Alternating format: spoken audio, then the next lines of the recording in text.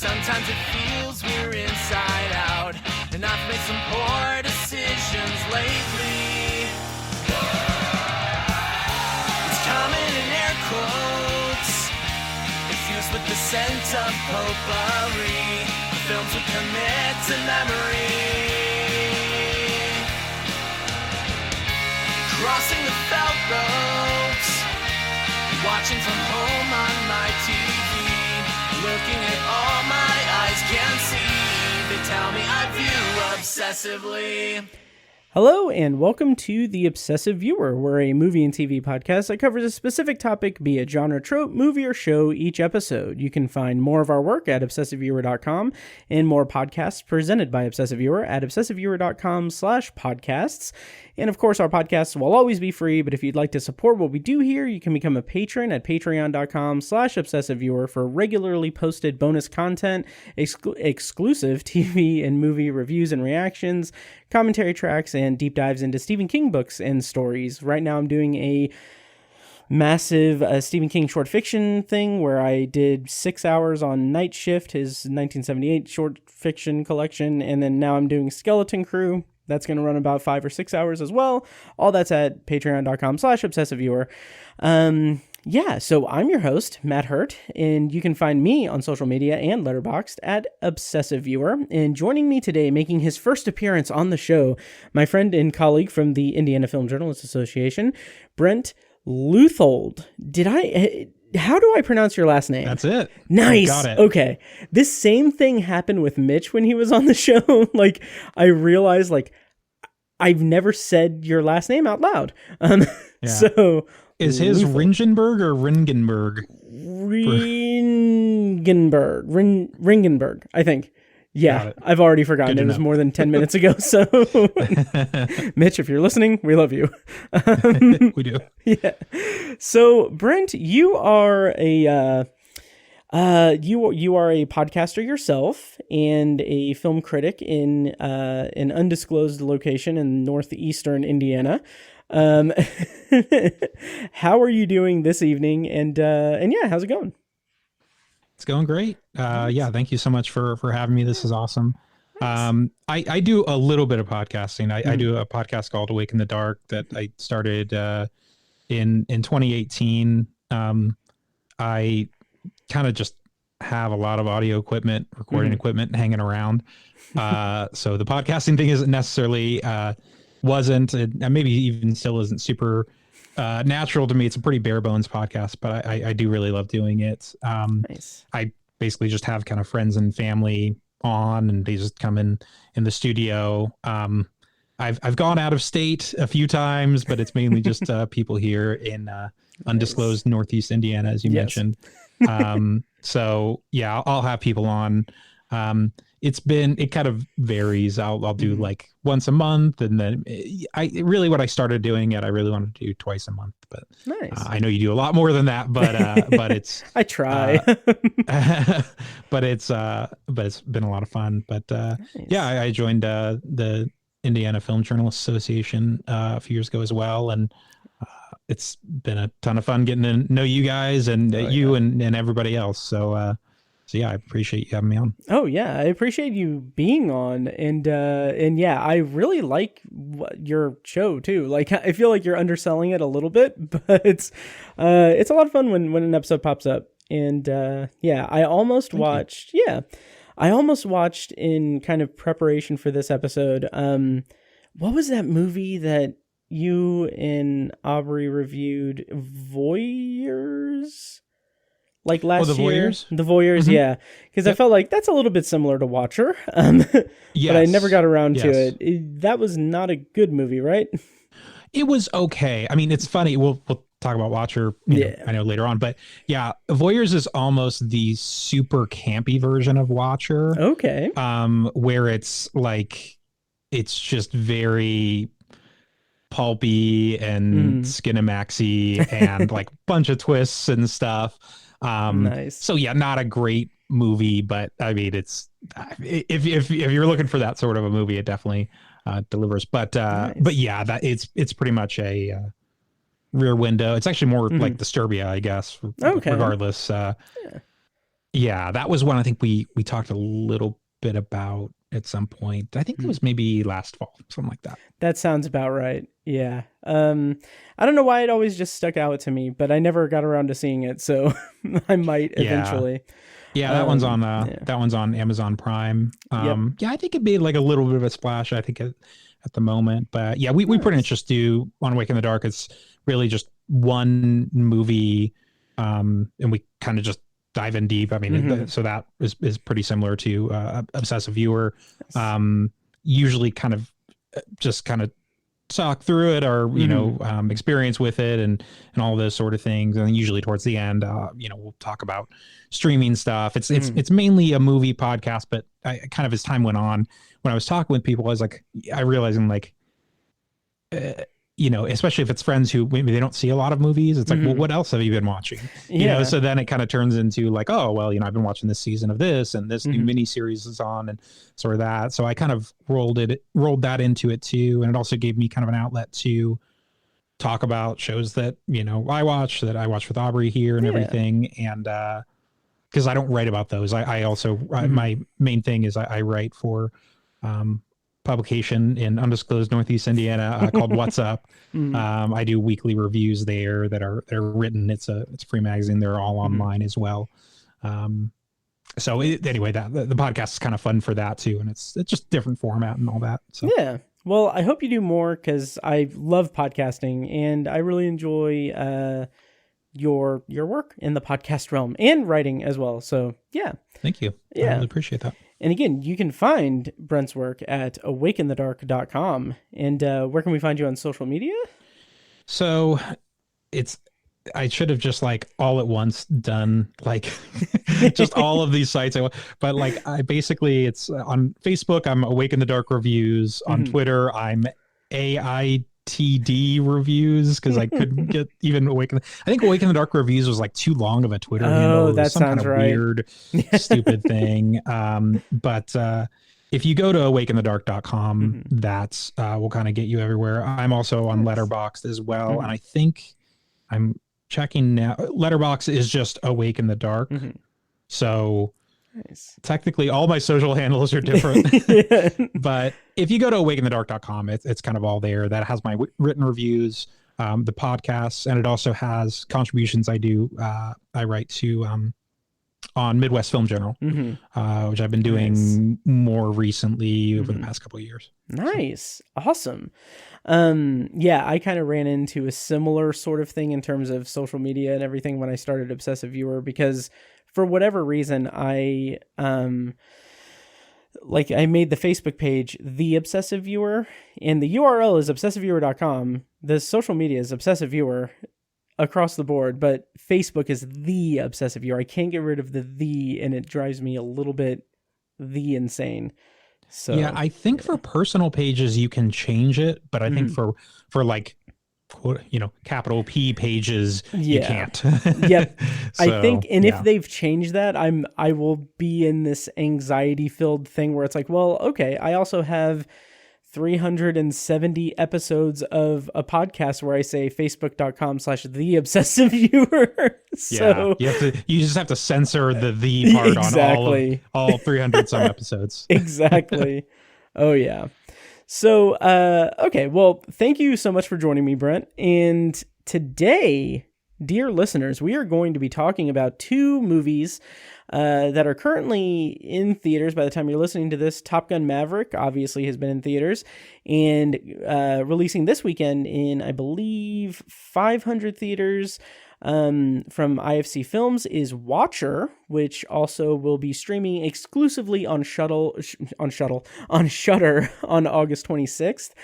So we're going to review both of these movies, check the timestamps in the show notes for everything. We'll do a non-spoiler and spoiler review. But Brent, I want to ask you as we dive into this episode, we're going to start with Top Gun Maverick. And before we get into the actual review and everything, what's your history with the Top Gun franchise? Top Gun is apparently the first Top Gun was apparently a movie I watched all the time as a kid. Oh, really? Which is odd. And I'll say that when I say kid, like really young, like 3 and 4 years old. Like maybe shouldn't have even been watching it young. Sure. But apparently I just watched it a lot, and I think apparently when Goose died, sorry, that's just we have to. That's just it's not even a spoiler anymore. Sorry, it's right. You have to go into Maverick knowing that anyway. Apparently I did. That was like emotional for me. Oh, really? Apparently, Wow. I again, it's funny though. Like it's a movie I had to rewatch a little bit later in life, and I mean, a lot of it just I didn't even remember it. So I was just probably way too young to even process it. But regardless, it's a movie that was probably imprinted on me before I even realized it. So right.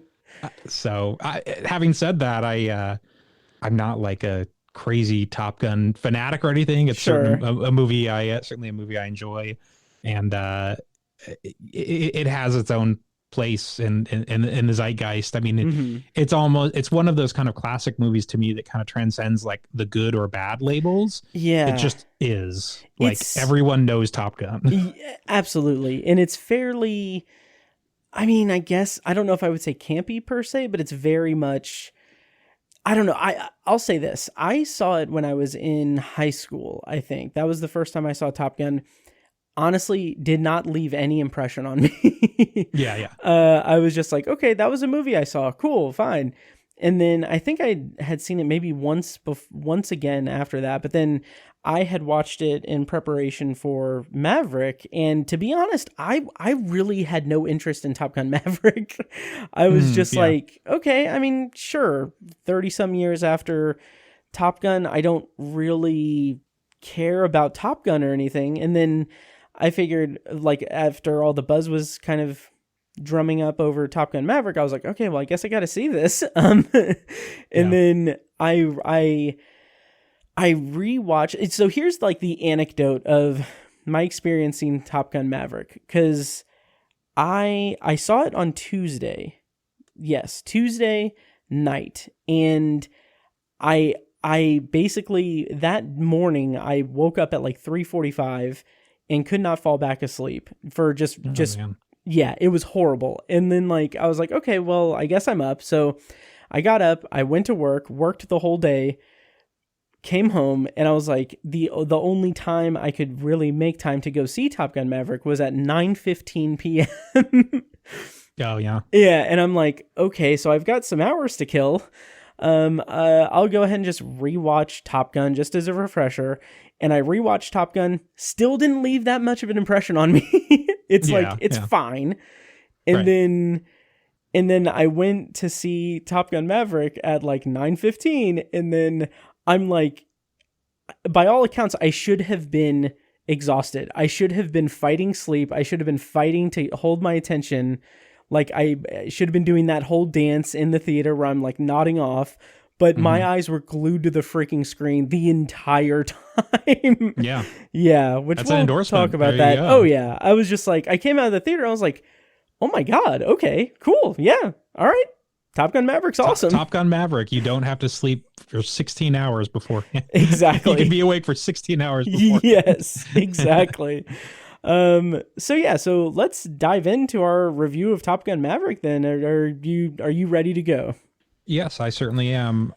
This is one that I was fortunate to see a little earlier than I tend to get to see movies. I saw this on Tuesday the 24th, so that's basically 3 days before the the regular opening. I believe our critic friends in Indy, they had the screening I think on the day before that. It's like me only seeing it a day after them is like, I'm doing great. Nice. Like I'm happy with that. I saw it at a one of the AMC's quote unquote early access screenings. Yes, we did get an IMAX version of it, which is great. Because sometimes the early access, it's like you get one time and you have to be there, and it's like kind of like a critic screening, really.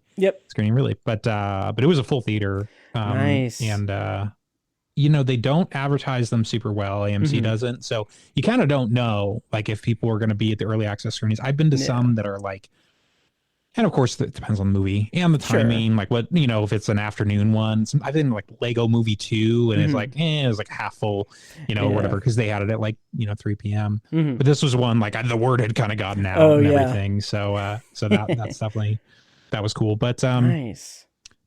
But yeah, I had a blast with it. I was kind of like you. I wasn't so even as much as I saw Top Gun when I was a kid or whatever. This was one that got delayed a few times. This was obviously like one of the kind of bigger victims of COVID and the pandemic and everything. They had the whole, Tom Cruise rant that was leaked or, maybe intentionally leaked or who knows. Was that for this or for Mission Impossible? It was for Top Gun Maverick, I believe. Oh, okay. But they must have been shooting them relatively close to one another. So there was that kind of that whole saga, and it had just been one of those. And of course, Tom Cruise, he did not want this to go to streaming at that point. I mean, Paramount Plus has really risen in the past couple of years, but that when they were originally intending on releasing this movie, Paramount didn't really even have that big of a streaming platform to even release it on. Oh, right. They do now, but it's not going to happen because Tom Cruise wanted it to play in theaters. Because Tom Cruise, yeah. Yep. So anyway, regardless, it makes sense. And I think anyone who sees this will understand. And I think people who don't see it will understand. I mean, this is absolutely a movie that that needs the big screen, deserves the big screen. Sound too, definitely. Really, really kicks in. So, I didn't have necessarily super high expectations. Legacy sequels are not always really my thing. I'm kind of hit or miss with them. But I think this is one that really does it right. I think in certain ways that I'm sure we'll talk about, certain kind of hallmarks of what these movies do in terms of kind of bringing you back and yet hopefully introducing new stuff. And so I think it's good on that level, and it's just a great time at the movies. So nice. And so you did get to see it in IMAX then, right? I saw it in IMAX, full crowd, and got to see it early. I mean, it doesn't really kind of a trifecta, I guess. I saw it in Dolby, and I don't know. I think it comes down to the seats, really, because IMAX is probably the better version to see it in because it's just so massive and everything. But the IMAX seats in AMC theaters are just the old fashioned seats, and I've been spoiled. My ass has been spoiled by the reclining seats. Oh, okay. Yeah. And so Dolby has kind of been my go-to, and I really it obviously accentuated the sound and everything, so it was just a really kick-ass experience in Dolby. But it's a movie that I might go back and see in IMAX just to see it in the theater again, just because it was just so awesome. And we can get into the actual nitty-gritty of it. I do want to read the plot summary that's on IMDb. That's just, it's this is one of the more bizarre kind of plot summaries on IMDb that I've seen for a movie. Here we go. After more than 30 years of service as one of the Navy's top aviators, Pete Mitchell is where he belongs, pushing the envelope as a courageous test pilot and dodging the advancement in rank that would ground him. And that's it. That's all the plot summary on IMDb. Wow. Kind of weird. Don't even say that his nickname is, or his call sign is Maverick. Nope. I mean, I know it's in the title of the movie, but it would be good to connect those dots on the Yeah. But so one of the, let's get into it. So, and we're not going to spoil it until we go into our spoiler section, of course, and we'll play a clip from the trailer when we do that, but check the show notes if you want to skip around, all that stuff. But the thing that immediately just kind of blew me away is the fact that the story is so much more, it's so much more engaging than the first movie. The first movie is this competitive ego kind of thing with this competition to be Top Gun and everything. And then right from really the beginning of Maverick, you realize he's being brought back to train pilots specifically for a mission that is specifically extraordinarily difficult and dangerous. And just the stakes alone are super high and really like that tension really kind of permeates through the whole movie and kept me awake. So that was great. So there you go. Yeah. Yeah, I totally agree with you. And yeah, stakes is a great word. I mean, you're right that the narrative really, it sets up those stakes. I mean, it pays it off. I would say comparatively, the first Top Gun is iconic or good or however, whatever you want to say for that movie. Sure. I mean, comparatively, there almost isn't a plot in that movie compared to Top Gun Maverick, because yeah, this is a movie that sets up situations and characters in a way that the first Top Gun feels like it doesn't need to. No. Where Tony Scott just felt like he was like, you got good looking actors and you got you got the scenes and you got the sunsets and kind of good. Again, not slagging on Tony Scott or that movie, right. but again, comparatively, this is a tighter run ship in terms of the story. Absolutely. And one of the big parts of it that I also really enjoyed was the new characters, obviously the fresh crop of pilots. I thought that they were phenomenal. I think that Glenn Powell has been getting a lot of not buzz really, but like he's been getting a lot of like people have celebrated his acting in this movie, and I am as Gen Z says, I'm here for it. I loved his performance in this movie. I thought it was that perfect kind of blend of just cocky pilot, but also, well, really just cocky pilot for the most part. Right. And has that competitive angle of like Iceman and Maverick of the first movie, but a little bit different. It's just, it was really great. What did you think of Glenn Powell and the new cast, including Miles Teller, who was awesome? Yeah, absolutely. Yeah, I think that Glenn Powell's his Hangman character, I think there definitely are some parallels to Iceman that I kind of felt. I don't know that he necessarily he's not like a dead ringer for Val Kilmer or anything, but there's certain things just about, not even necessarily his looks, but just his persona. Obviously he's very very cocky, very sure of himself. In the first scene he's playing billiards and he's doing all the behind the back stuff, and he's basically teaching everyone else to play billiards even though they didn't ask him to do that. So yeah, he was great. He had a great presence. I just realized he was in very, very, very briefly. He was in Apollo 10.5, the Richard Linklater. Oh, really? Very briefly, him and Zachary, either Levy or Levi. I still don't know how to say his last name. They're basically NASA officials that recruit, whoever the kid is who essentially is playing Richard Linklater when he's a kid. But he's in it pretty briefly, so I didn't even realize that. And he was in like Everybody Wants Some. He's been in like another Linklater movie. He's been in some movies, but this is definitely the biggest stage that he's had to perform on so far. And I think he did a great job. Oh, absolutely. Yeah, Miles Teller was solid. I think. Can we reveal the thing about his character, or is that spoiler? I would say yes. We can go ahead and we can go ahead and reveal who he is. So I won't say anything. I mean, we can talk more about it in spoilers, but it's just generally we're let in early on that he is Goose's son, and with the call sign Rooster, which I think is very charming. Rooster, yeah, I did like that. And yet he's not the cockiest one. No, so I think that's sort of interesting. But yeah, I thought he was great as well. I think it's the kind of cast that I could see them doing a spinoff. I mean, I really could, especially if it's done this way with the realistic test fighting. I mean, the crazy thing is, I mean, you almost, if you're Miles Teller or Glenn Powell or these other actors, you're like, I did all this training for this movie. Like I have, probably they have a bunch of licenses to whatever, fly all these F-18s or whatever they're flying. You're probably almost like, I want to do it again. Yeah. Let's franchise this for sure. Exactly. So, and it wouldn't surprise me if they do, but, and if they do, I would at this point. Before I would have been like, I don't want to see that. That's not going to be good. Yeah. Now I'd be like, I'll see it. Yeah. Oh, absolutely. Oh, yeah. And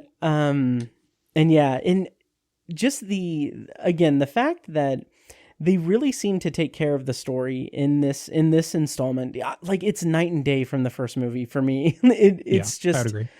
it's just insane. And I had this thought, like, while the movie was playing, I was like, wait, so they're training to participate, to be the best so that they can participate in this insanely difficult mission that they may, like, it is more likely that not everyone is going to survive.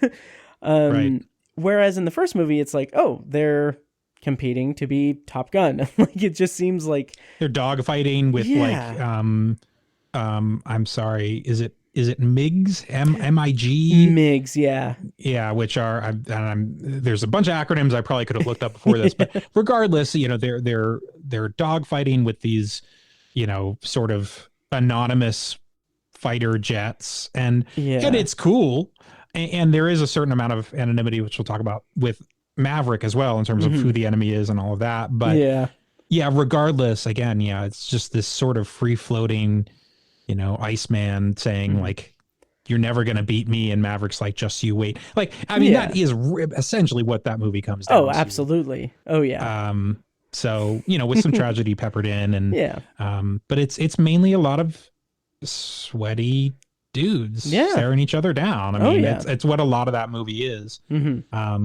So I was like you, I was surprised even just in the first like 15 minutes. I was just kind of almost shocked, like, oh yeah, this is going to be not just a cash in, not just a getting people in the seats because of the IP. It's no, we're actually going to do this. And I was actually surprised a little bit too, because I rewatched the first one as well. And I think the evening before, basically last Monday, 23rd or whatever. And, of course, was taken, as I am every time watching it, with just how impressively homoerotic it is throughout. I mean, it's like this. I mean, just you can say about movies, every time you watch it, you kind of see something different. I spot something that is so, it just had to be intentionally gay in not even the subtext, just the actual text in that movie. It's like something new every time. So that has to be said. But I would say, I mean, again, the story is just not as much there, but I will say that, it kind of actually sets up a sequel. Like, I don't know if they knew back then, like in 86, like that they wanted to set it up. And I know there are probably a lot of reasons it took so long, 36 years or whatever it was to finally do it. But they mentioned multiple times about Maverick coming back and being an instructor. Yeah. Oh yeah. It's so much so that they have to kind of retcon it a little bit in this movie, because he's like, "You're right. Yeah, I tried that for a few months and I washed out. So no." That's right. That's a good point. You're right. They did have that. They did have a couple lines about that. So that's true. Yeah. Yeah. And another thing that's really interesting to me is the whole Goose angle. It's no secret that he dies in the first movie, obviously. And when rewatching it, like, I was just so unaffected by it. Like, I was just so, I was like, you heartless person. I know. At 4 years old, I was more, Well, I remember, I think when I was like 4 years old, I think I definitely remember that I cried, like, bawled tears for, I can't remember who all was in it, but the movie Radio Flyer? Oh, okay. Yeah, I don't remember much of anything about it. I just remember crying my eyes out and like my family being like, "What the hell is wrong with you?"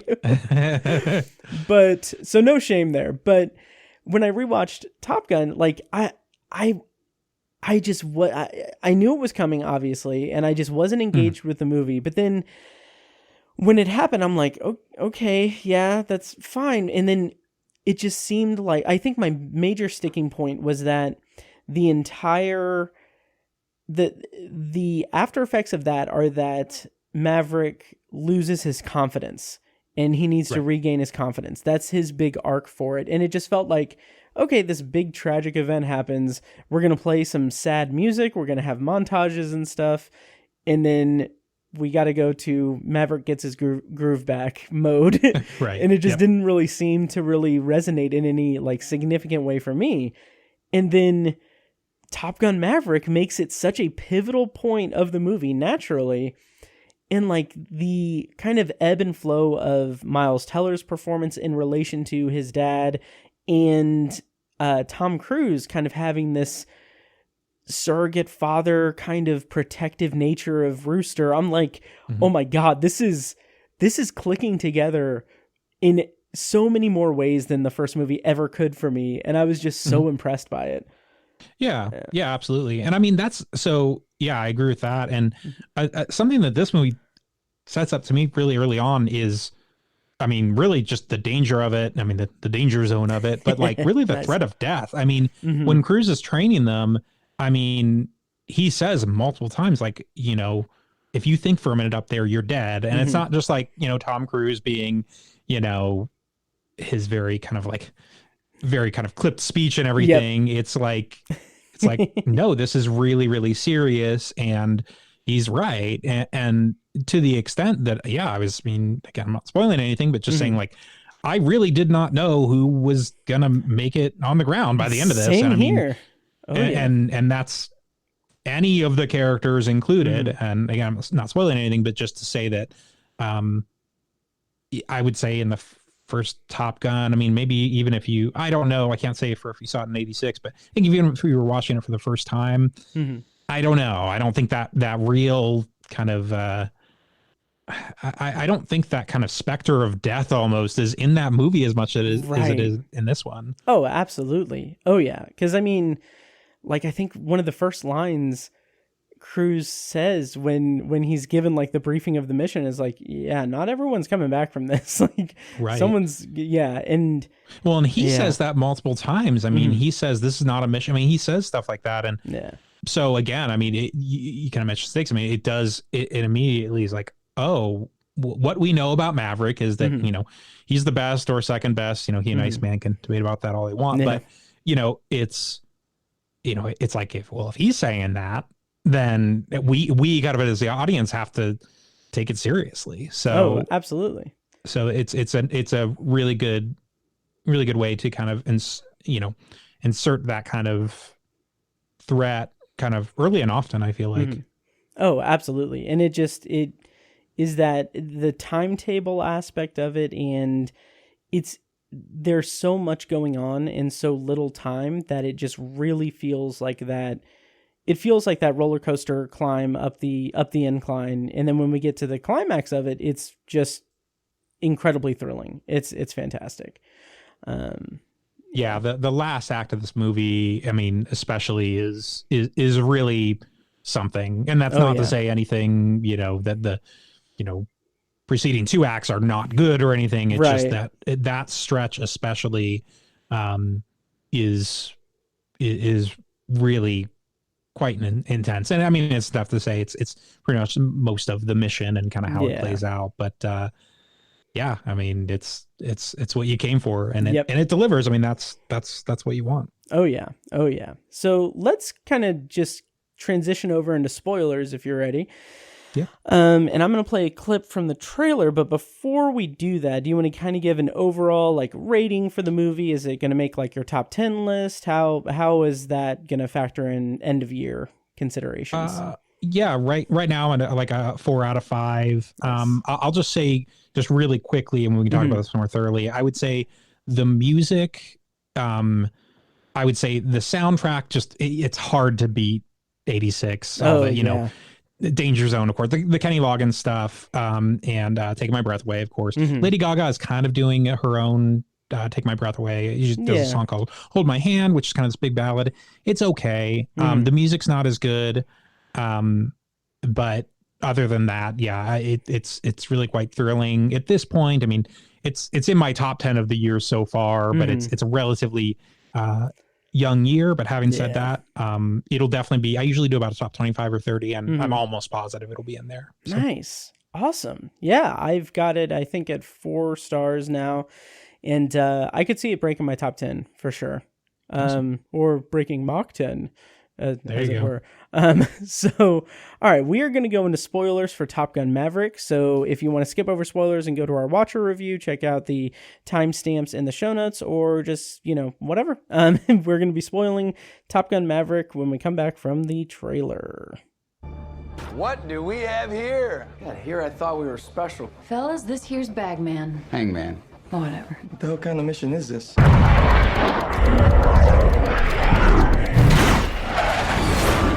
Everyone here is the best there is.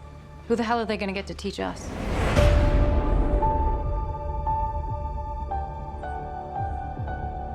Captain Pete Maverick Mitchell. Let me be perfectly blunt.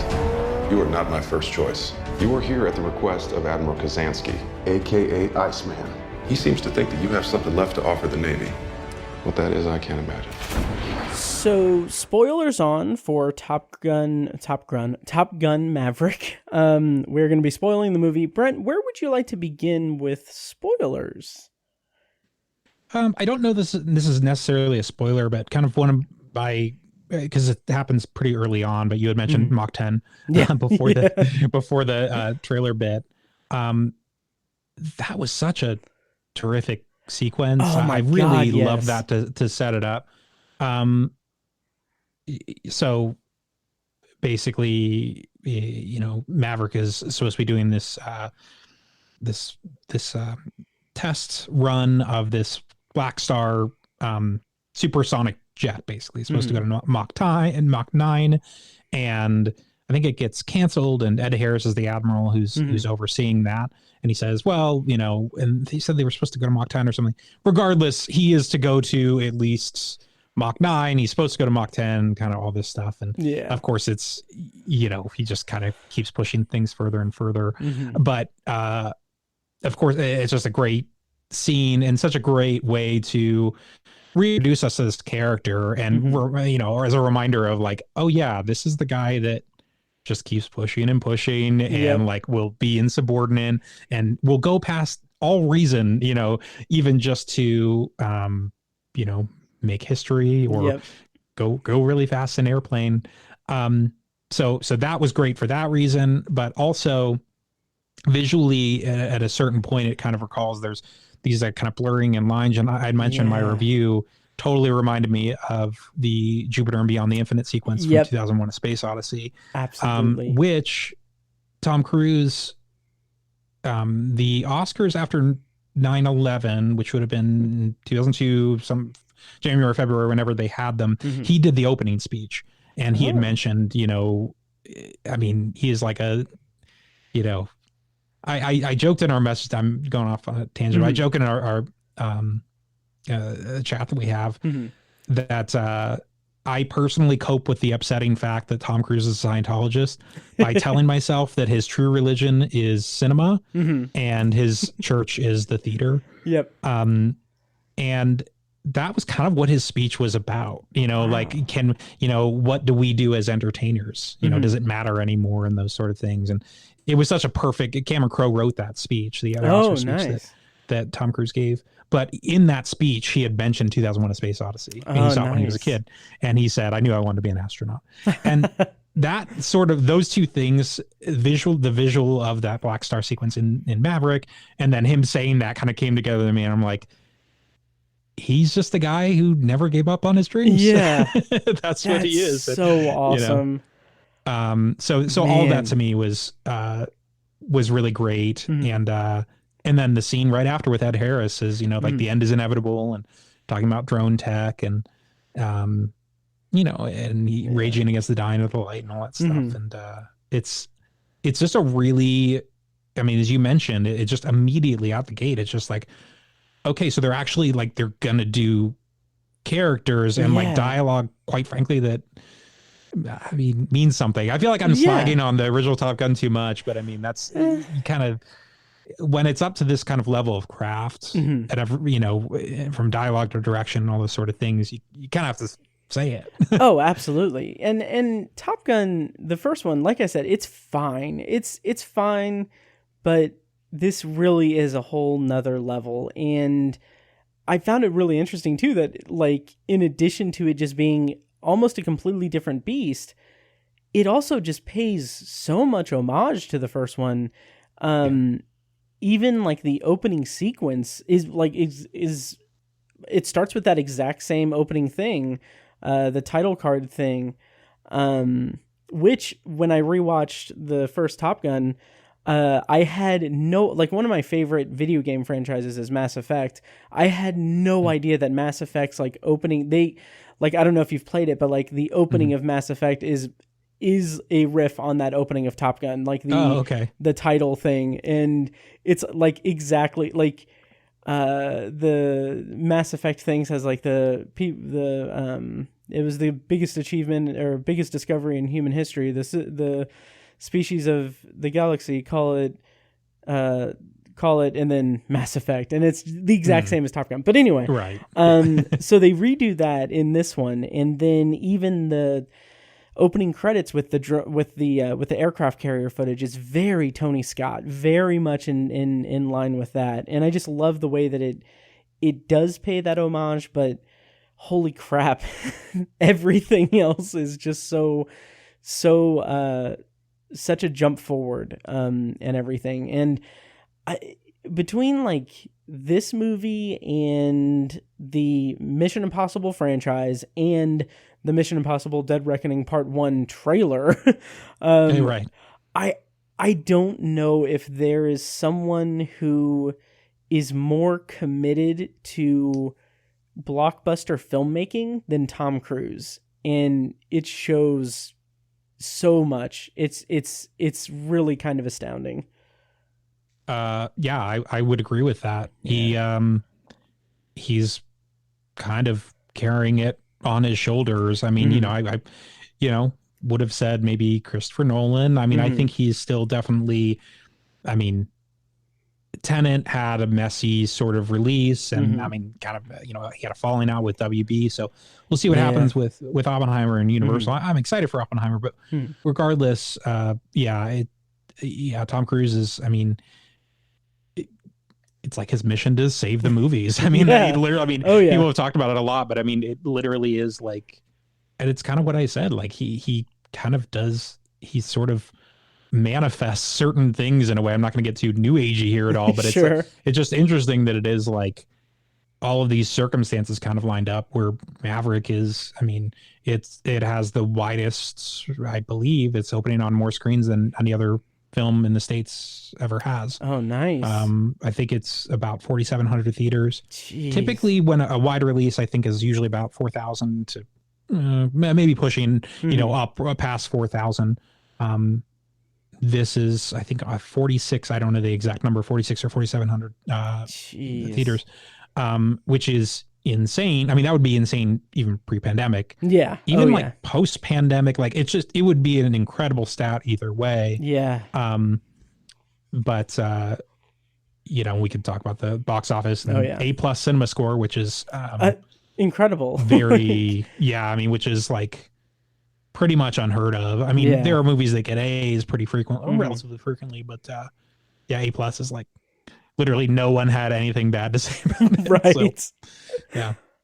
It's incredible. It's incredible. You had mentioned that, the credit sequence too. I was almost a little worried. It was so close. I was almost a little worried because I was like, I get it. Like you're trying to recapture the vibe and everything, but I was like, and they cue dangers. See, that's so, and I kind of mentioned, like, that's where I wanted a new Danger Zone. And by that, I mean, not like Kenny Loggins re-recording it or anything. Not even Kenny Loggins doing a new cast.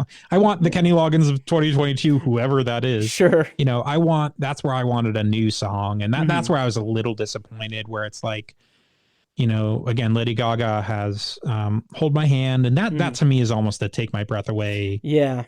Surrogate here, where it's more the ballad, and it's fun. I don't really even think it's that great of a song, but regardless, I understand the effect of it and what they're trying to do. Sure. This needed like the kick-ass anthem. That's what it missed for me. I would have really liked to have seen something that was balls to the wall. I mean, even if it's like, man, I shouldn't say this. Like Imagine Dragons. Like I don't like them, but I'm just saying, like, even if it's like I don't know. Even if it's a band that I wouldn't necessarily like, I'd maybe at least appreciate it for what they were trying to do with it in this movie. So I hate to throw out too many other names of fans. 21 Pilots would have worked with it. Yeah. I was gonna suggest Plain White Tees. That's right. Hey there, Flalila.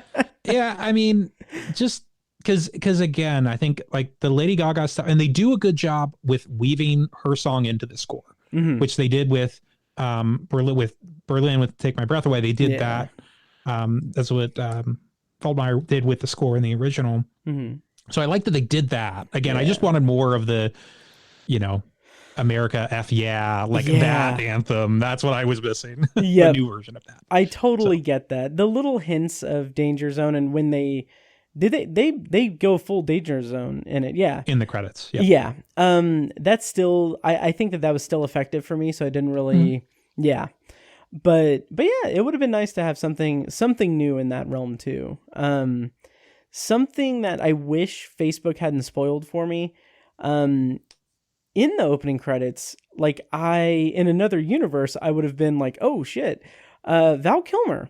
After having seen Val, the documentary last year on Amazon Prime, I just kind of figured, he's done acting and everything. And they did a thing, I didn't read the article, but they did a thing where they recreated his voice for his scene with Tom Cruise. And like, it just filled me with a lot of nostalgia and like fondness for that. Cause it really felt like a palpable kind of like send off to Iceman and kind of not really tribute to Val Kilmer, but just a nice thing for Val Kilmer. I don't know. How did you feel about his involvement in the movie? Yeah, I knew that he was going to be in it. They tease it kind of in the, the trailer as well. They show a photo of him, and John Hamm's character says that you're on his recommendation and everything.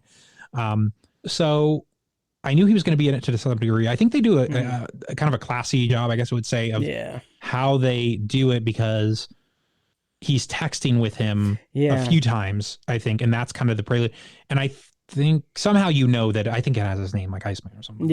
Or Ice, I think is what it is. Yeah. And you know that he's texting with him. And so, and I saw Val as well. That's a wonderful documentary for those who haven't seen it. Even if you're not necessarily interested in Val Kilmer, I would really recommend checking it out. But regardless, I knew that, that was going to be an obstacle somehow that the movie was going to have to figure out. So I like the texting, and it almost seemed like they actually got his text cadence right. Like what I would imagine an older Iceman would text like. I don't know if it kind of sounds strange, but when you see the movie, like it is sort of that like very definitive short statements. Yeah. And it's what I imagine their relationship would be like through text, through these, however old they'd be, mid 50s or early 60s, whatever, how these guys would still, to whatever relationship they still have. So I like that. And then, the big scene that they have with him where, Maverick visits their house, and then Iceman's wife says, oh, well, it's back. And, so that's kind of how they're dealing with the throat cancer aspect of Val Kilmer's, real life. And then they do some, basically kind of texting, kind of face-to-face texting almost.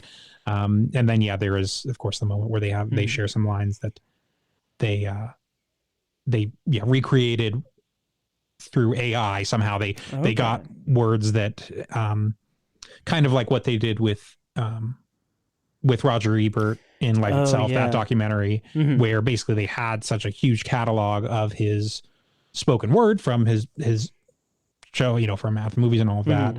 They're essentially able to kind of build it back up. So anyway, all to say, I thought it was well done. It's a tough thing. It's a tough decision to say, let's get him back, even knowing that we're going to have to really write this, kind of write some things around it. But it was a special moment. I would agree with you. Yeah, definitely.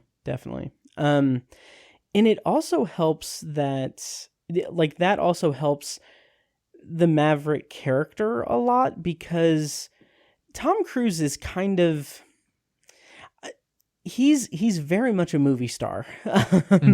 I feel like he doesn't really do much these days in terms of like an emotionally like driven character piece all that much. Like they do some characterization in the Mission Impossible movies and everything, but it's a lot of like Tom Cruise running is is a stereotype for a reason.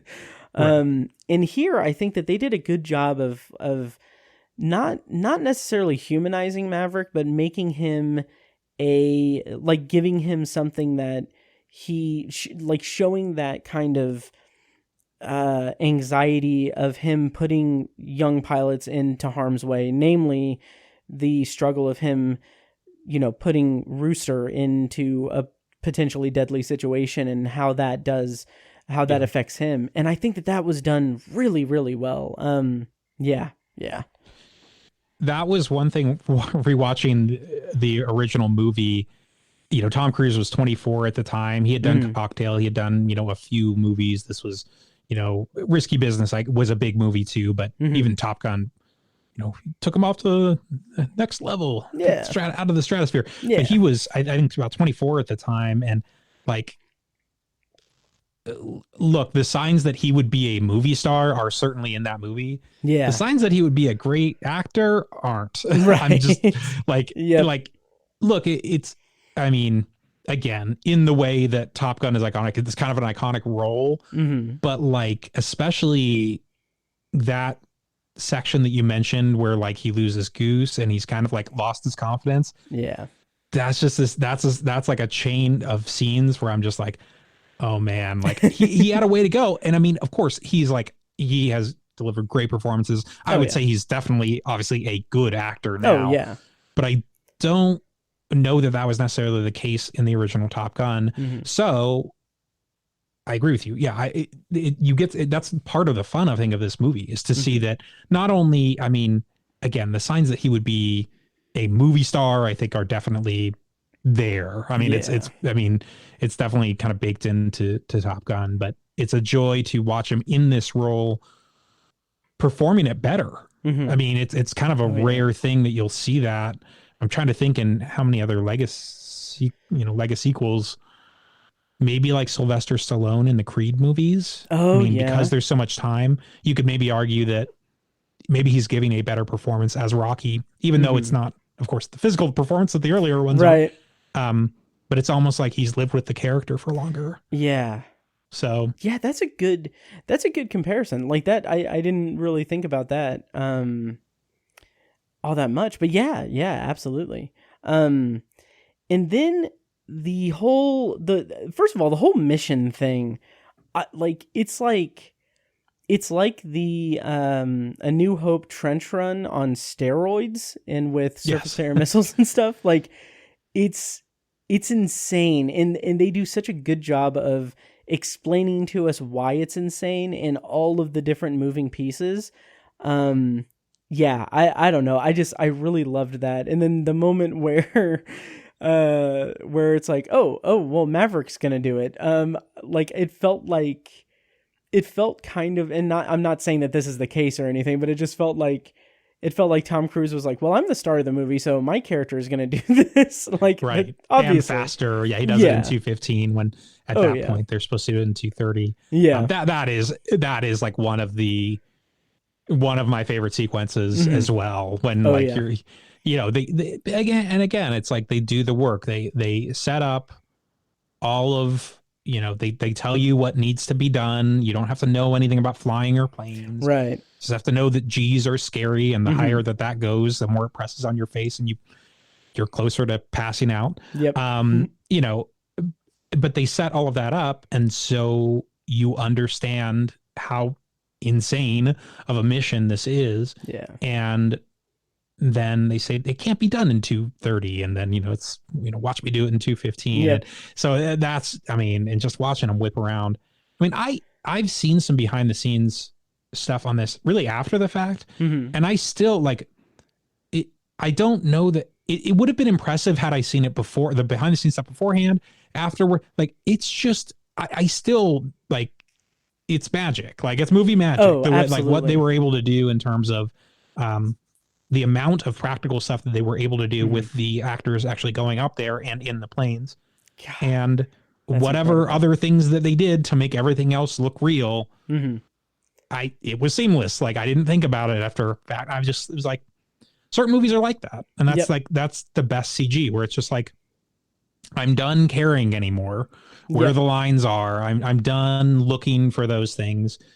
You know, you as, you know, stunt people or, you know, action choreography, whatever, you have taken that. I mean, you know, it's suspension of disbelief. That's all it is, Oh, really. absolutely. And it's, you know, it's basically like they've kind of earned their stripes in terms of, you know, it's like, okay, Yep. they did it. It's real. Oh, You know? absolutely.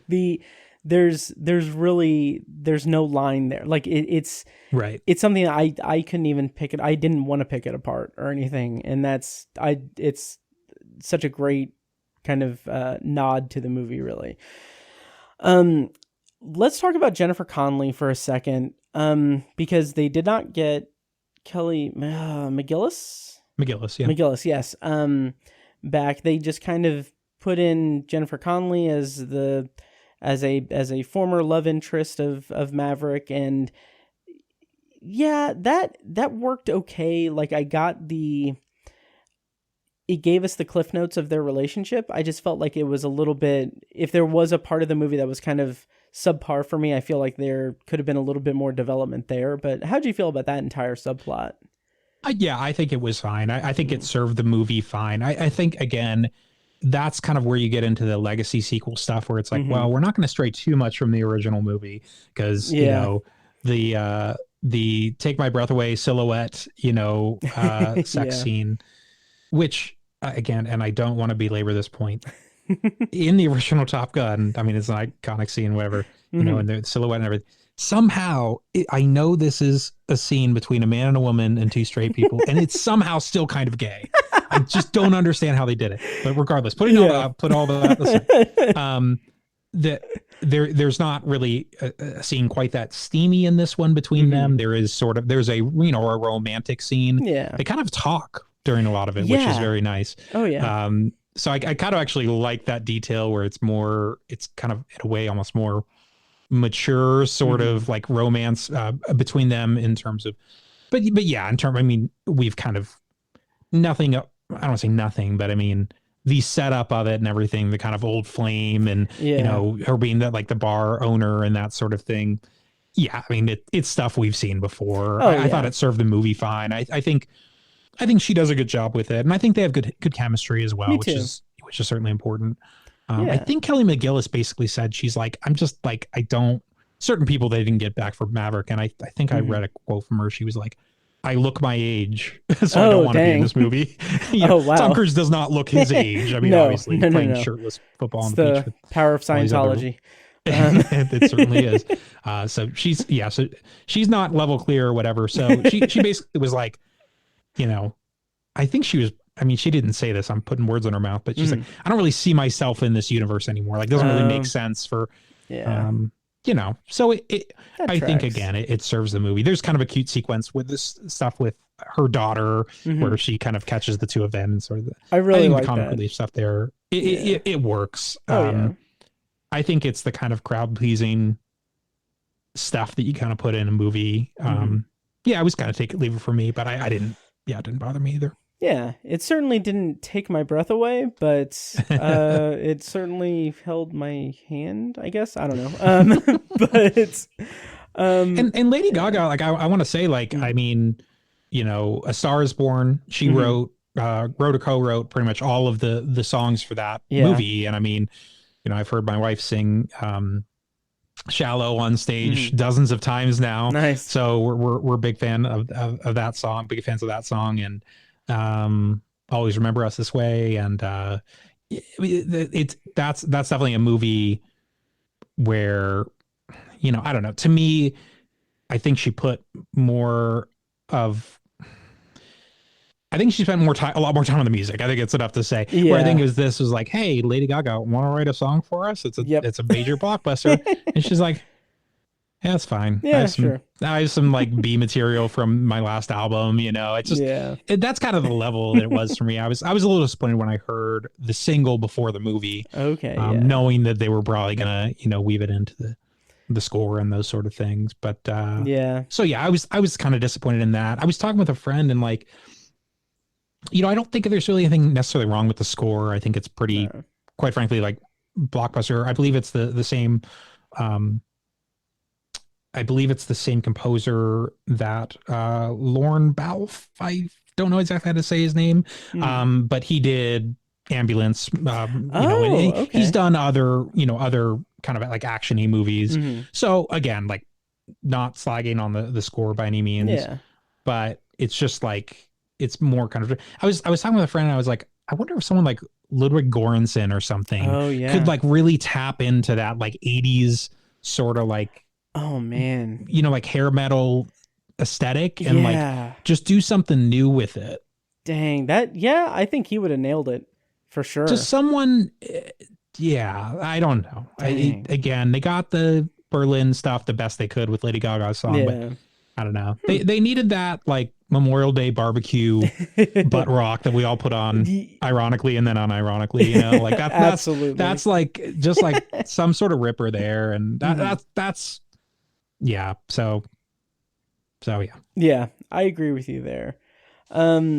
As far as, and we can kind of wind down in the review and everything, but I want to talk about the mission itself, and not only the mission, but like when Maverick goes down, and then the way that it goes, Maverick goes down, he's attacked by a helicopter, Rooster saves him, crashes, and then the two of them like bicker and everything, and then like that I was all for and everything, and I was thinking like, I wonder how much longer this movie is, like this is the movie's over.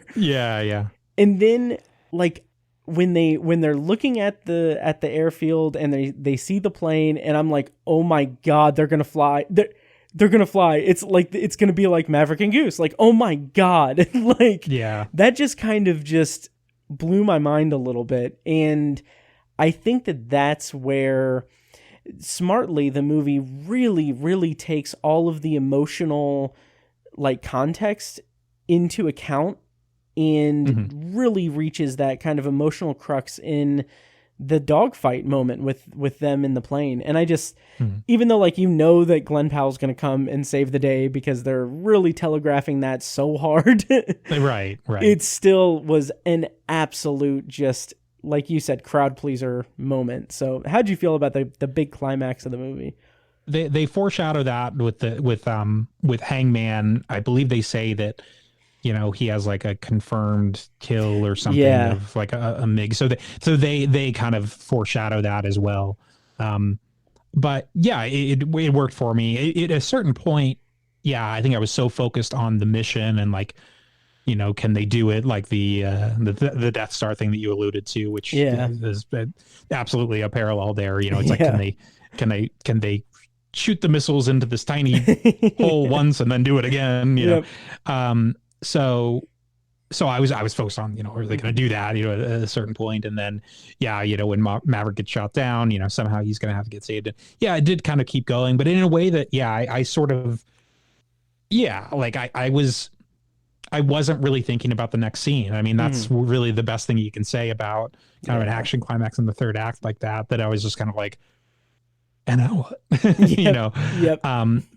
it worked for me. I think, of course, they set it up with Rooster where somehow these guys are going to be flying together, and somehow they're going to have each other's backs and have to resolve their differences and those sort of things. That they bombed the airfield that they have to take off from is just like another kind of Mission Impossible sort of obstacle. Absolutely. That was like, all right, well, it doesn't really matter that they bombed it because they're gonna have to take off. So. It's great. I really love this movie. I mean, it's a lot of fun, and I, we kind of mentioned mission a number of times. Christopher McQuarrie was one of the 3 credited writers on here. So he's the director of Mission Impossible Fallout and Rogue Nation, and one of the Jack Reacher movies, I think. Anyway, he and Tom Cruise are sort of they're the ones that are almost kind of designing the action movie landscape as they see fit. Absolutely. So that he is a co-writer on here, I think is, it really kind of brings home how much they're kind of setting this up really like a Mission Impossible movie, but with, fighter jets and the team. It's still a Top Gun movie for sure. Oh, absolutely. But it's really tightening up the narrative, obviously, but it's really set up like a real movie, quote unquote, Yeah. So yeah, I dug all that. Yeah. Well, I think we've talked out Top Gun Maverick. Any other kind of parting thoughts? Any like wrap up? Like what anything else that we didn't get to in our Top Gun Maverick review? I would say one other thing I might mention is I talked about the anonymity. I'd refer to the anonymity of the enemy in the first movie. I don't even remember. They're in like Myanmar or something, and I don't even remember something like that. Whatever MiGs they were fighting with or whatever. In this movie, it's so funny how detailed they are about the mission, and yet they are very like they very much dance around like where this is. Yep. I'm sure there's think pieces out there about probably not even think pieces, probably tweets about like what this place really is or whatever. They set it up like Russia. I mean, it's basically in sort of a permafrost sort of location. They talk about uranium enrichment, so kind of it's like sort of a Middle East, Russia, Siberia kind of hybrid. I think it didn't bother me. I just thought it was funny. I thought it was so funny the way they were like tap dancing around it. Oh yeah. But it didn't really matter because again, there's so much other stuff going on in terms of the specifics of what they have to do in the air that I thought that was just something that I noted that I was just like, wait, where is this again? Oh, wait, we're not supposed to know. Absolutely. Someplace where they want to make money. Right. Where they want to exactly. make box office money. It reminds me, did you ever watch 24? Oh yeah. Okay. Well, a little bit on and off. There was a couple of seasons I watched all the way through, but Okay. Well, it reminds me in like starting in like season 2 when they did like the whole like Islamic terrorist attack kind of thing. Like the intel that they get, like there's a scene where like the president's being briefed and there are several scenes like this, and it's like, we think the nukes are coming from loyalists, and then they hand him a file and open and say these 3 countries. Oh boy. It's just like, okay, all right. Sir, this just says Becky Stan. I don't know that that's exactly. You could have just said that out loud. Yeah. Oh yeah. I mean, I'm sure with that movie too. I mean, that came out at such a time, sort of like on the war on terror and Islamophobia. But I don't know. Let's put it this way: I don't know the actual like exact reasons that the country that this mission takes place in is why it's not explicitly revealed or whatever. But it's just one of those things. Like people like you and I are just you can't help but notice it in the movie, and it's just right. And at the end of the day, it doesn't matter. It's not like something as important, quote unquote, as like Rocky IV. Like that's the whole point of that is that this is kind of tertiary to that. So so they didn't I would say just one other maybe just one other quick thing. I don't know how much I should say about this, but like just on the tail of what you were saying about like Russia and like I was thinking Cold War. That's why I'm just to kind of connect these thoughts, like Cold War. Like, how do I say this? I think people are trying to attach like political things to this movie when this movie to me is pretty apolitical. Like, I don't know, like maybe there's some subtext that I'm not reading that, and I'm sure there are people that could, I guess it's one of those things you could kind of, I guess there are things if you wanted to look for it, it's kind of there, but I don't know. This isn't really like a very political movie. No. So I think maybe people that, either are seeing it for those reasons or aren't seeing it for certain reasons. Right. That's all I'll say, just being coy about it. Like, sure. I don't really think this is a political movie. This is for, people who want to watch planes go fast. Yeah. And we can all agree on that. Exactly. If we just agree that, we want to see planes go fast, maybe we can heal this country a little bit. And that's what Tom Cruise is saying. Exactly. So I think I've danced around that as much as I can. So I'll leave it there. Nice. Yeah, I didn't read anything political in it or anything, but yeah, if it's there, sure, whatever. But yeah, so I think people are. Yeah, no, I'm gonna leave it. I'm no, leaving no, it. no. All right. Yeah. Yeah, that's our review of Top Gun Maverick then. Should we move on to, we can be kind of brief on Watcher. I'm kind of debating if we should even do a spoiler section for Watcher, or since it's such a kind of limited movie, should we just kind of leave it open-ended to non-spoiler? What do you think? I mean, I wouldn't mind talking about the ending. So yeah, Okay. I'd say probably, but we can do, I mean, however you want to do it. It's your podcast. But Okay. we can do maybe like a more abbreviated, Spoiler section? beforehand or spoiler section, or however you want to do it. Okay, yeah, let's do that. So, okay. All right, so that's our review of Top Gun Maverick. Now we're going to review Watcher, which it was at the 2022 Sundance Film Festival and also at 2022 South by Southwest. And like I said, it will open theatrically in 500 theaters this weekend, and will then stream exclusively on Shudder August 26th. I'm going to read a plot summary courtesy of IMDb. Okay, I almost read the Top Gun Maverick one. So Don't read that one again. yeah. It's not good. No. Okay. So, Watcher, I'm just kind of discreetly bringing this up here. Okay. Watcher. As a serial killer stalks the city, Julia, a young actress who just moved to town with her husband, notices a mysterious stranger watching her from across the street. Watcher stars Maika Monroe, who you may know from It Follows, Carl Glusman, and Bern Gorman, and directed by Chloe Okuno. So this is an interesting movie. Brent, what did you think in kind of broad terms about Watcher, and we can kind of discuss it a little bit?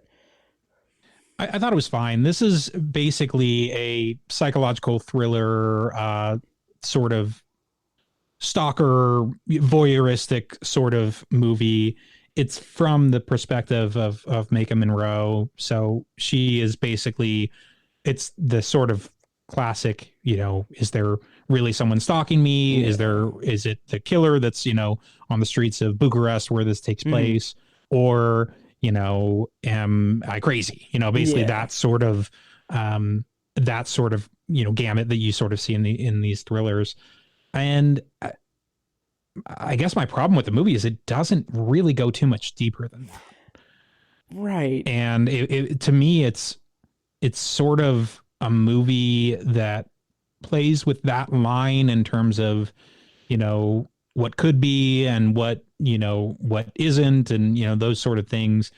It kind of spins its wheels for a while and leads up to really like the last 15 minutes, which, I'm not going to spoil here, but, there is sort of resolution to the story, but I kind of look back on the whole experience and I was just like, well, it's like a sandwich. It's like missing the meat in the sandwich. It's like, where's the, it's like a Firefest grilled cheese or something. I mean, it's just kind of like a slice of cheese, and then the lettuce and the tomato are like interesting ideas that are like potentially over here, but like it's really just, so that was like kind of my general overall take on it. Yeah, I'm kind of in the same boat. I did appreciate the kind of atmosphere of the movie in the sense that we really get a pretty good sense of her isolation, because she's not from the country. She doesn't speak the language. Her husband is away like with his business dealings and stuff. So she's pretty isolated. She's pretty insulated and alone. And so that kind of does double duty of creating the sense of creepy tone for the movie, as well as kind of a thankfully relatively subtle kind of, I guess, gaslighting effect on her, where you're not sure if she's imagining things, if she's really doing this, but it doesn't go into like any supernatural stuff. It's just, is she misinterpreting things? Is she kind of just being kind of hysterical? And that's sort of the that felt like it was sort of the thesis statement of the movie of like one way or the other. We'll talk and spoilers about it, but like it was kind of the thesis of like, okay, well, you know, take her seriously is kind of like the thesis statement of the movie, which is nothing wrong with that. But it also just felt like by the end of the movie, it just felt, I think you describing that it was spinning its wheels is pitch perfect. That's absolutely correct. It's a slow burn that doesn't really seem to know exactly where it's going. Like it didn't land with too big of an impact for me. So that was kind of a shame. And yeah, it was just okay. It was very much kind of reminiscent of like Rear Window and I just talked The Conversation. Yeah. Like just kind of, and those are, I mean, it's hard to kind of compare this movie to them because it's such a completely different scale, because those movies are incredible, but it just kind of just didn't really seem to differentiate itself from its influences enough to leave a strong impression on me. Yeah, I would agree. Yeah, Repulsion, Polanski's, movie of, this woman being basically holed up in an apartment and kind of having these, people who may or may not be kind of after her, and kind of what she does about that was definitely one I was thinking about during this movie. Nice. I've never seen it. Lost in Translation was one that I was thinking about early and often too, because while that's not a thriller or, a voyeuristic movie, that's a big part of this movie, that they're in Romania. She doesn't speak language, as you mentioned. So it is that sort of like extra level of insecurity, and her not being able to have that sort of, that social safety net of like, oh, well, if I scream, someone's going to help me, and they're going to understand that, like, the context of the situation. So Lost in Translation, there's even a direct shot to one of the first shots in this movie that I don't know why exactly reminded me of it, but I think it's close to the way Scarlett Johansson looks out a window when she's in Japan in Lost in Translation. And Megan Monroe has that. It's the opening shot of this film where she's kind of like, ooh, get kind of like doe-eyed and sort of like excited and everything. Dang. So that's kind of, and we also have in this movie a husband, seems like a relatively young new marriage, and he's there for work, and he's kind of playing the Giovanni Ribisi character from Lost in Translation. So those two movies are the ones I was kind of thinking of the most. But again, it's just like, I don't know, like you kind of want that.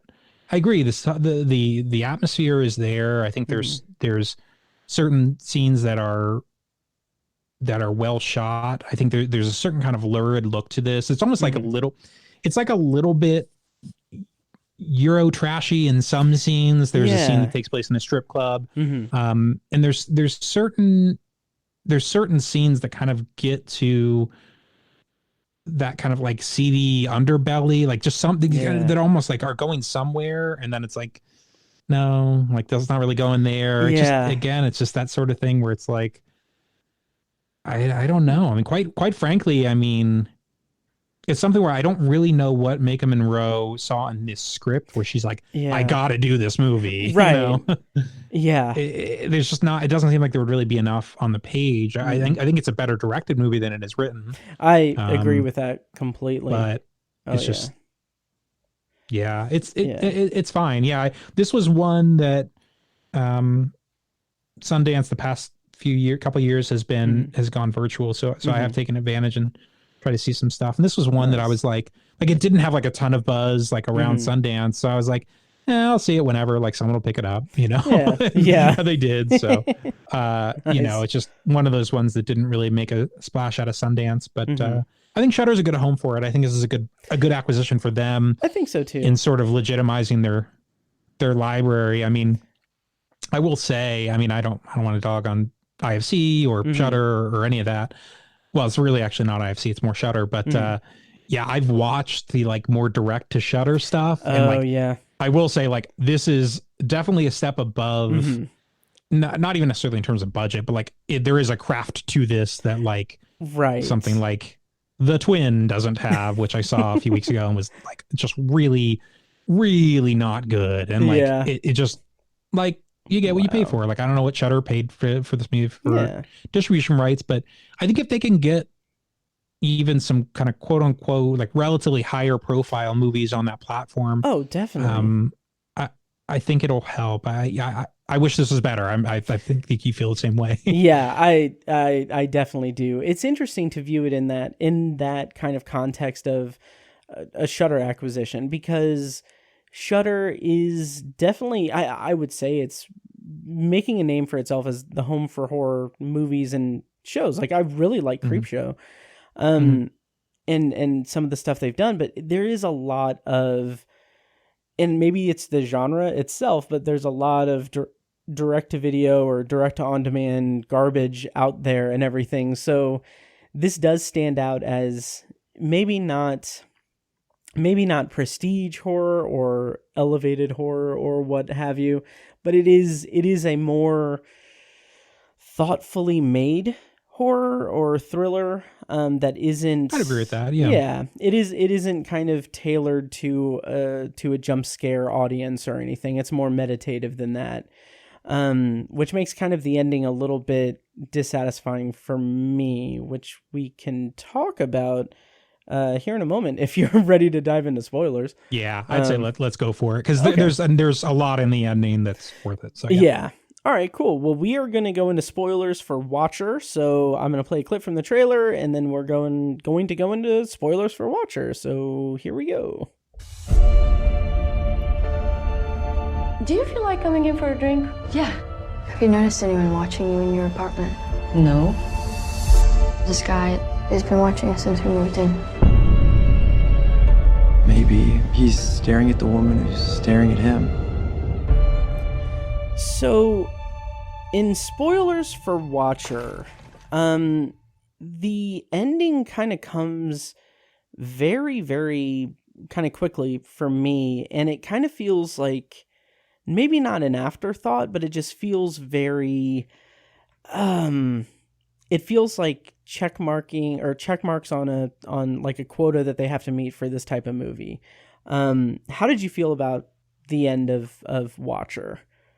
I mean, I think by the time we got to the end, I was like, well, there's basically only two things. Either, he's the Bern Gorman's character either is the serial killer, and she's in deep crap, and, hopefully she can get out of whatever encounter they have inevitably, alive. There's that. Or, she's not necessarily crazy, but she's, imagine this scenario and he really is just this neighbor who, they had a series of run-ins and misunderstandings. Yeah. And then that's just like, that's kind of a dud ending. And Yeah. then I think if you do that ending, you really have to have a message, right? Like they kind of go for ending A, which is that, he is the serial killer. He cuts off the neighbor's head, and then, bag over Megan Monroe's head, and blah blah blah, go from there. Yeah. You don't. It's almost in a weird way. It's almost kind of a cop out, because it's like, okay, it just is the thing that you think, and then it's gonna kind of play out accordingly. Whereas like if it had been B, which is like, oh no, she was just holed up and had all these, again, not weird things, but she was, understandably, because she was isolated and, new country, new language, all these sort of things. She kind of invented this sort of story and stuff.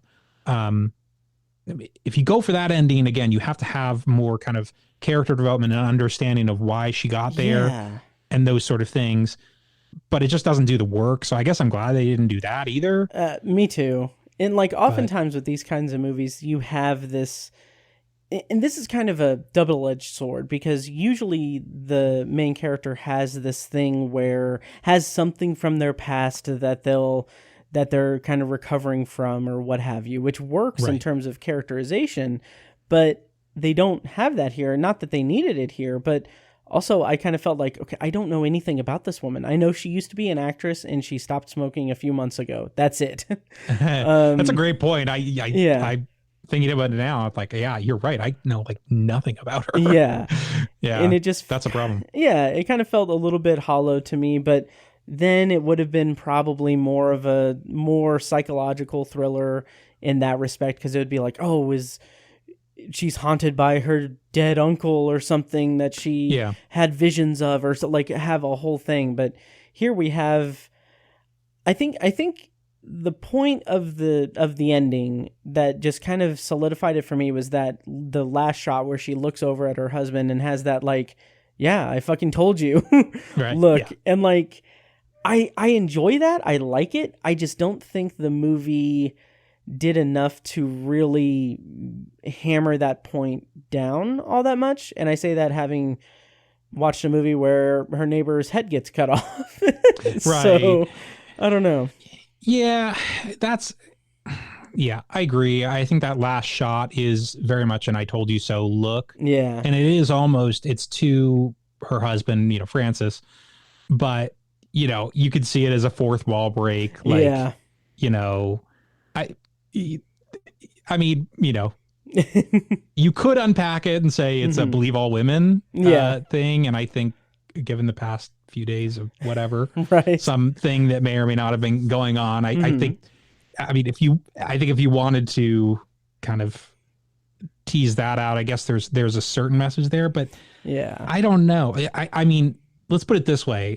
By that last shot, I was like trying to find some kind of interesting subtext and like a message, and that was like the best I could come up with. That like, oh, it's like a believe all women thing, and like okay, like, but it's like, it's very, I don't know. It's like that's like the best I could come up with. Yeah, it's just hollow. It's a little hollow. Like I'd be all for that messaging and everything. I'd be all for that kind of theme, but it just felt like it needed something more to substantiate that or to really make it land a lot better, but it just didn't really if that is the messaging, I don't think it's earned. No, like it's just not earned, because there's not, I don't want to say nothing, but there's really very little else in the movie that that really cares about that. No, absolutely. Yeah. So it's just kind of I don't know. It's a little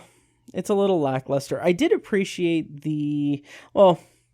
I was tolerant of the somewhat not subverting, but the I don't know, the little tiny twist it does on the Chekhov's gun thing, where like like I'm like, okay, well, she's gonna get the gun and kill him, and that's gonna be the big thing, and then he slices her throat, and she's like bleeding out. I'm like, oh, okay, maybe not. Oh, but hey, but like that's my so like, and that, so we're talking like a lot conceptually about the ending, but like just like more,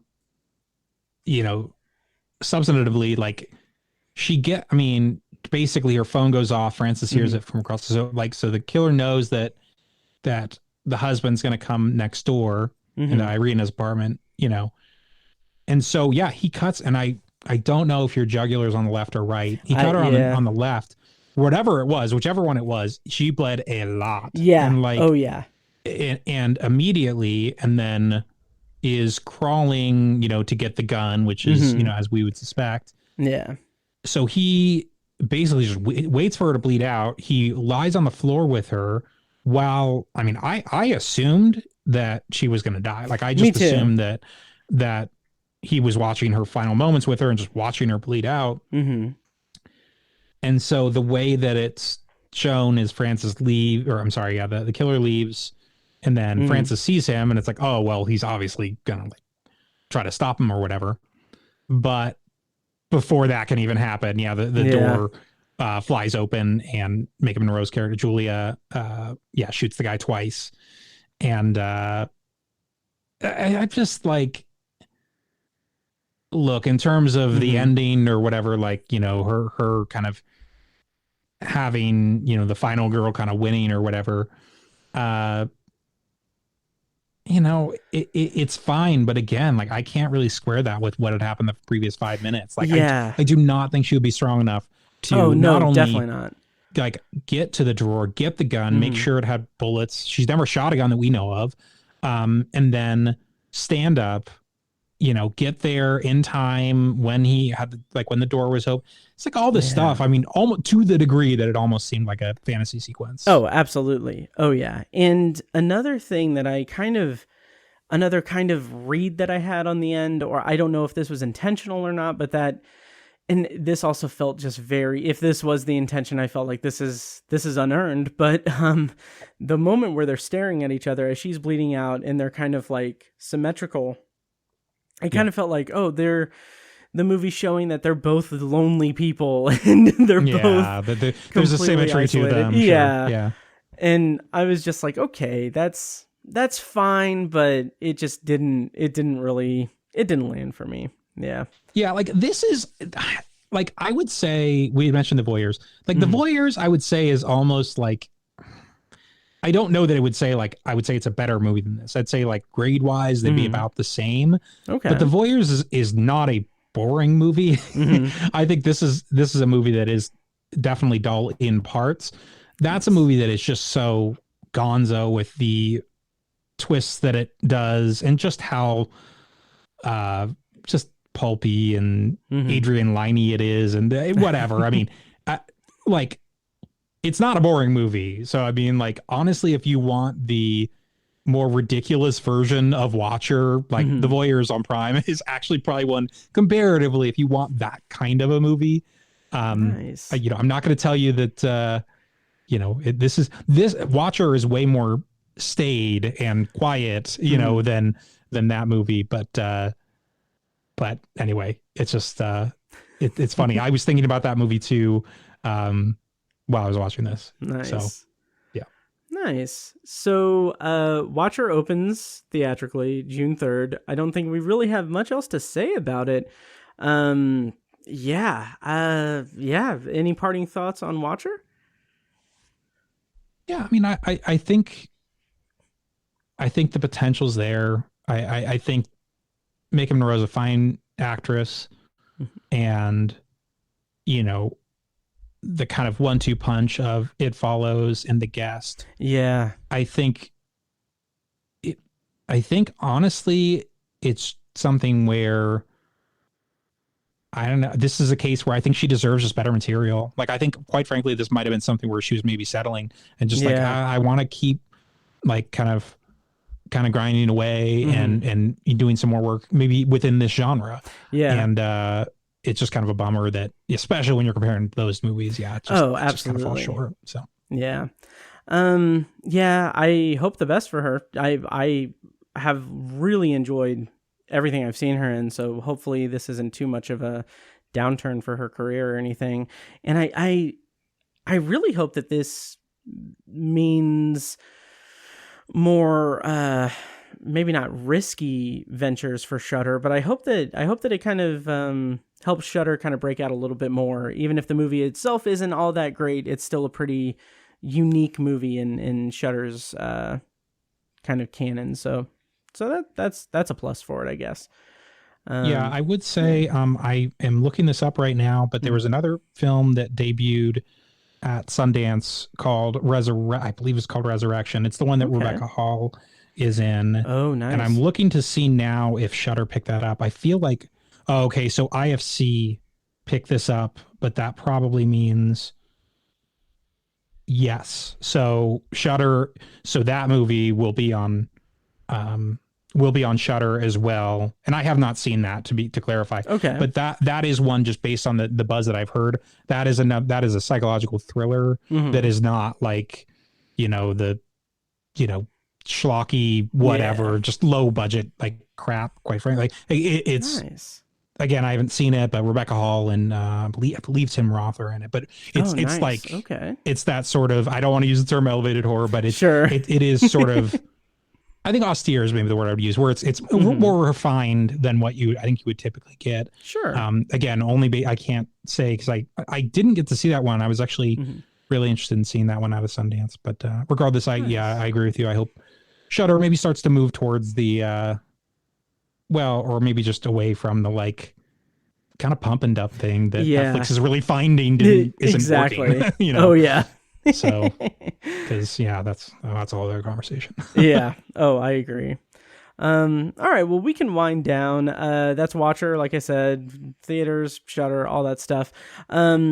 Brent, thank you so much for joining me. Of course. Usually we end with a potpourri section, but we're running a little bit long, and I don't really want to keep you too long. But if you would mind recommending like one movie that has come out this year that you want people to see, what is like the top spot for you right now? I'm an ambulance, champ all the way home. Nice. That is streaming on Peacock. And I mean, look, I would say, especially if you have like a good sound system, like, this is a Michael Bay movie. I mean, I can't, it's just such a weird thing. Like, it is a very strange position that I'm in where I'm unironically not only recommending a Michael Bay movie, but saying that it's the best of the year so far. Nice. I don't know. I don't know what to say, but nice. it just works. So that is streaming on Peacock. I believe it's rentable for like a reasonable price. Sweet. Other than that, I mean, I'm just looking at my list now. It's kind of the usual suspects. I will put a word in for Fire of Love. This is a documentary that's going to be on Nat Geo, I believe, next month. So that means it'll probably be on Disney Plus or something. I don't know exactly how it's all going to pan out. It might be on Hulu, I guess, because they're okay. I think it would be Disney Plus, but it'll be under that umbrella somewhere because it's Nat Geo. But this was a documentary that premiered at Sundance that I got to see, and it's kind of a love story with volcanoes. I had mentioned I pitched it on Letterboxd as what if Agnes Varda directed the Lava short, that Pixar short. Oh, interesting. Okay. It's like you don't have to really be interested in volcanoes or French people to watch. I mean, it's kind of fascinating. Miranda July narrates it, and it's just this sort of like, it's almost like a quirky love story told through these adventurers, this pair of married adventurers, and I like that it's going to be hopefully like accessible relatively soon. I think it's just one of those documentaries that I think people might throw on and just really be taken with. So that's Fire of Love, and I think they're literally the trailer for it. It just came out like a day or two ago. Okay. So I think it's going to be sometime in July. Nice. I will keep my eye out on that. All right. Cool. Well, thank you again for joining me. And why don't you go ahead and tell people where they can find you on the internets and find your work and everything. And So the best way still is just awakeinthedark.com. That's where you can read all of my weekly reviews that run in WhatsApp. They're also posted there. I'm on Facebook. That is Awake in the Dark Reviews. Twitter is AITD Reviews. And I'm on Letterboxd. It's Awake in the Dark. So nice. That should be all the places. Awesome. My voice just cracked so terribly just then. Awesome. Well, thanks again, man, for joining me. And I will let you go get your ice cream. And Zesto closes in like 20 minutes. Nice. Zesto is a big thing here in Fort Wayne. Undisclosed Northeast. Yes. All right. Well, thanks again, man. And thank you guys for listening. Don't know what we're doing next time, but thank you guys. And we'll see you in the next episode. See ya. Yeah.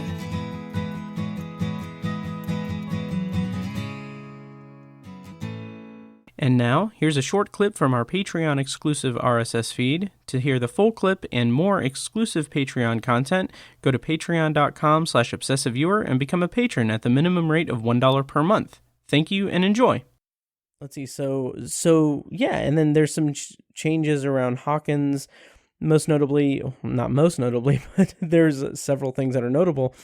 What the kind of head cheerleader, character archetype person who I think this is her only appearance, her only episode. So it's an interesting introduction. She is being kind of haunted by monsters from the Upside Down, and we don't know the extent of it. We don't know what the deal is. We don't know exactly what it is, but she is being hunted or was, because she is murdered horrifically in this episode. So yeah, so we've got that going on. We've got the main group, doing D&D, while Lucas has joined the basketball team and wants to be kind of part of the popular crowd. And there's this whole conflict of if he's going to be at the game or play the final stage of their friends' campaign for D&D.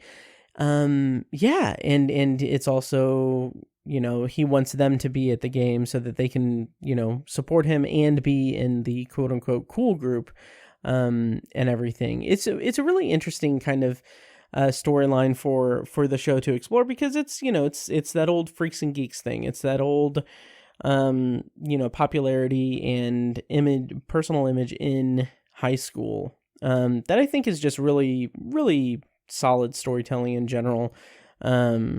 Whenever it pops up and everything, it's something that I really like, because it's something that's, in my experience, it's pretty relatable.